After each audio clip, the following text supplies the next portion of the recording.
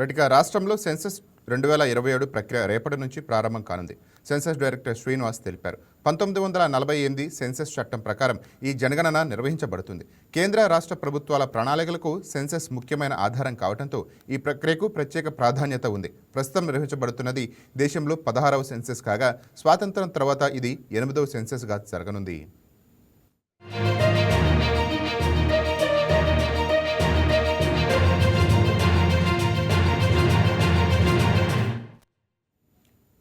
ఈ సెన్సస్ ప్రక్రియ 2 విడతల్లో జరగనుంది. మొదటి విడతగా రేపటి నుంచి హౌస్ లిస్టింగ్ ప్రారంభం అవుతుంది.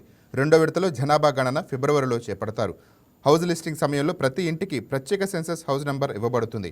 అలాగే ప్రతి భవనానికి బిల్డింగ్ నెంబర్ కేటాయించి అది కమర్షియల్ లేదా నాన్ కమర్షియల్ కేటగిరీకి చెందిందో నమోదు చేస్తారు.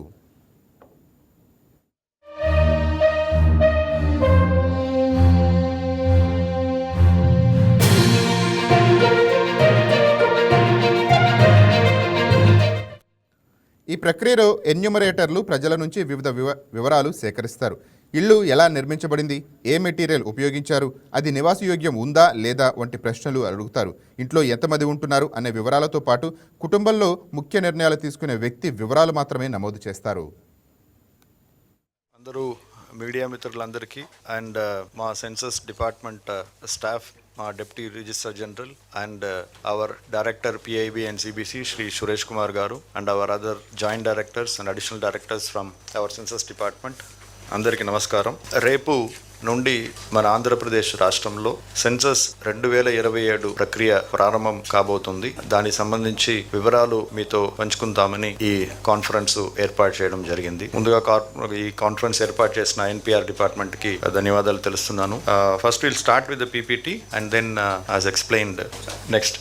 సో మీ అందరికీ తెలుసు, సెన్సస్ అనేది ఒక union subject and we conduct the census based on Census Act 1948. ఈ సెన్సస్ యాక్ట్ 1948 ముఖ్యంగా అధికారులకి, సెన్సస్లో పాల్గొన్నటువంటి సిబ్బందికి మరియు ప్రజలకి కూడా కొన్ని బాధ్యతల్ని అప్పచెప్పింది. దీనికి సంబంధించి రాష్ట్ర ప్రభుత్వం మొన్ననే ఒక జీవో కూడా విడుదల చేయడం జరిగింది. సో ముఖ్యంగా ప్రజల ఒక సహకారం దేంట్లో కోరుకుంటున్నామంటే, చట్టపరంగా ప్రజలు ఎవరైతే ఎన్యూమరేటర్ వస్తున్నారో వాళ్ళకి సహకరించాలి. అదే రకంగా ఎన్యూమరేటర్ను చేసినటువంటి ప్రక్రియ అంటే వాళ్ళ ఇళ్ళ పైన రాస్తున్నటువంటి నంబర్లు అలాంటి దానికి వాళ్ళు ఏం ఆటంకాలు పెట్టకుండా వాళ్ళకి అనువదించాలి. అదే రకంగా సరి అయినటువంటి వివరాలను ఇవ్వాలి. సో ఎందుకంటే మీ అందరికీ తెలుసు, రాష్ట్రం చేసినటువంటి చాలా ప్రణాళికలు, కేంద్ర ప్రభుత్వం చేసినటువంటి చాలా ప్రణాళికలకి ఈ సెన్సస్ వివరమే ఆధారంగా ఉంటుందని మీ అందరికీ తెలుసు. అందువల్ల ఈ సెన్సస్ వివరం కలెక్ట్ చేసిన సమయంలో ఎవరైనా ఆటంకాలు పెట్టినా వాళ్ళపైన క్రిమినల్ చర్యలు తీసుకోవడానికి కూడా ఈ చట్టం మనకి ఒక ప్రొవిజన్ ఇచ్చిందని కూడా ఈ సందర్భంగా తెలియజేస్తున్నాను.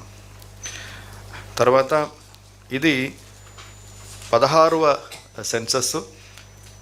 1972 నుంచి ప్రారంభమైన సెన్సస్తో పాటు ఇది 16వ సెన్సస్ అని చెప్పొచ్చు. స్వతంత్రం వచ్చిన తర్వాత మన కండక్ట్ చేస్తున్న ఈ సెన్సస్ 8th సెన్సస్. నెక్స్ట్, ఇది జస్ట్ ఒక బ్రీఫ్గా సెన్సస్ యంత్రాంగం హైరార్కీ ఫీల్డ్ లెవెల్లో ఎలా పనిచేస్తుందని మీకు తెలియజేసుకోవడానికి.